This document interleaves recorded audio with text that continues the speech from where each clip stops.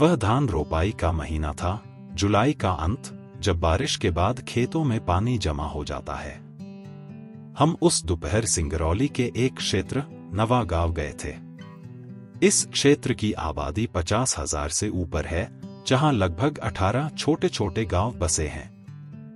इन्हीं गांवों में एक का नाम है अमझर, आम के पेड़ों से घिरा गांव जहां आम झरते हैं।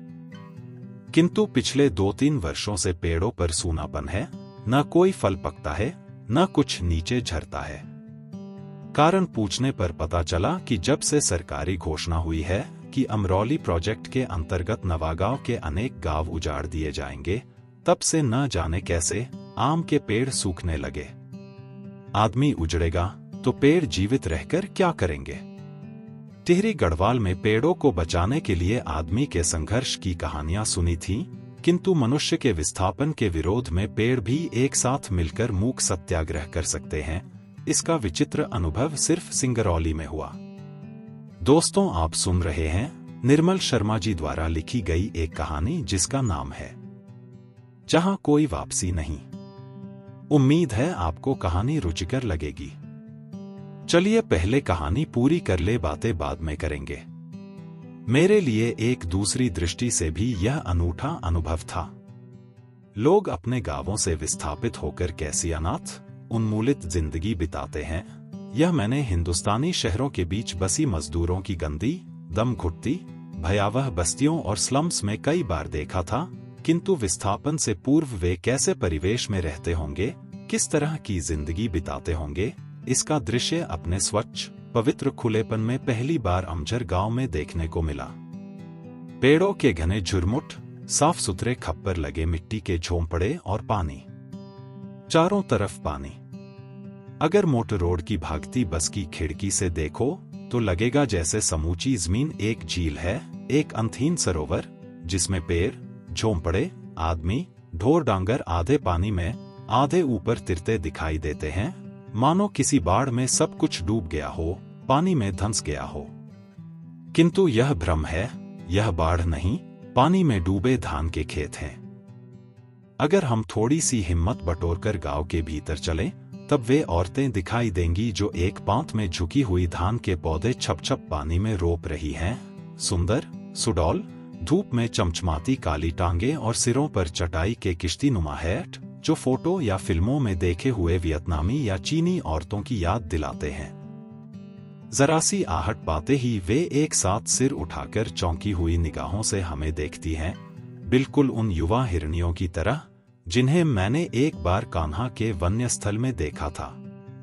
किंतु वे डरती नहीं, भागती नहीं, सिर्फ विस्मय से मुस्कुराती हैं और फिर सिर झुकाकर अपने काम में डूब जाती हैं।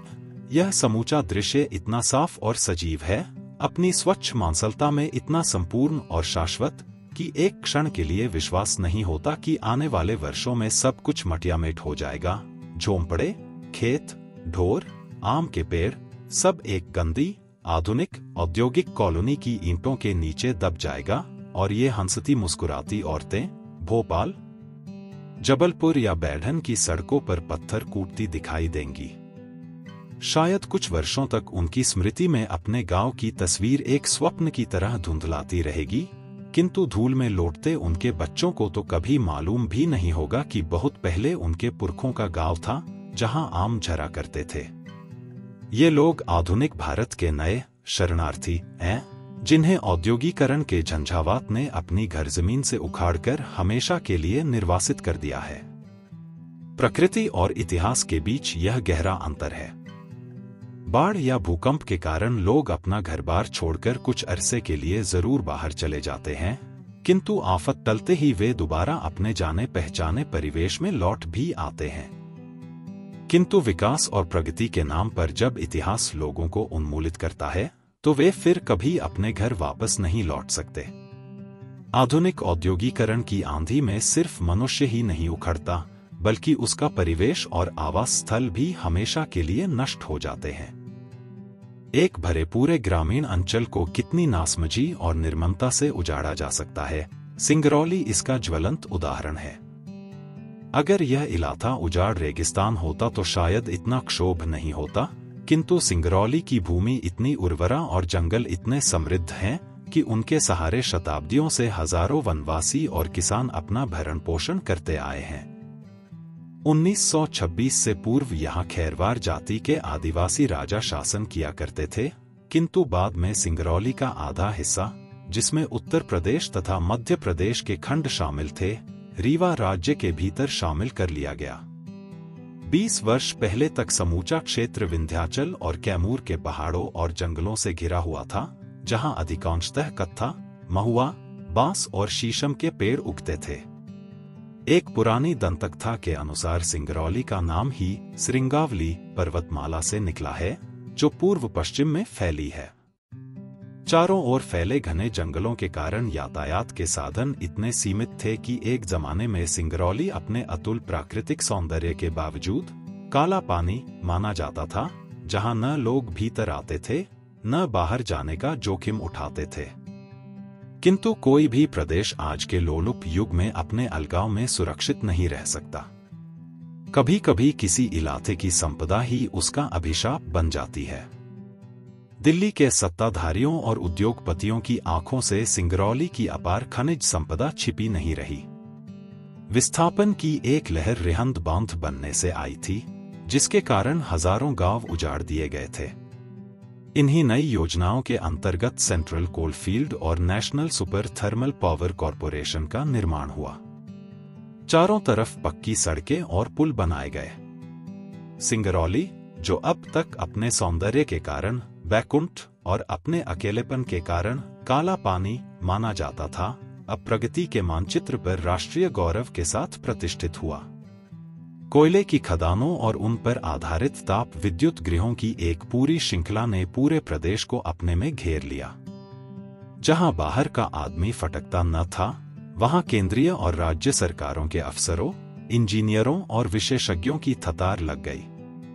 जिस तरह जमीन पर पड़े शिकार को देखकर आकाश में गिद्धों और चीलों का झुंड मंडराने लगता है, वैसे ही सिंगरौली की घाटी और जंगलों पर ठेकेदारों, वन अधिकारियों और सरकारी कारिंदों का आक्रमण शुरू हुआ।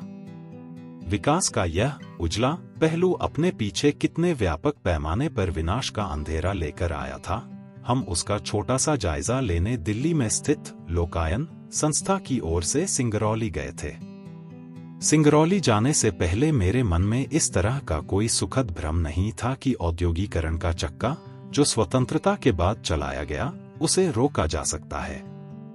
शायद 35 वर्ष पहले हम कोई दूसरा विकल्प चुन सकते थे, जिसमें मानव सुख की कसौटी भौतिक लिप्सा न होकर जीवन की जरूरतों द्वारा निर्धारित होती।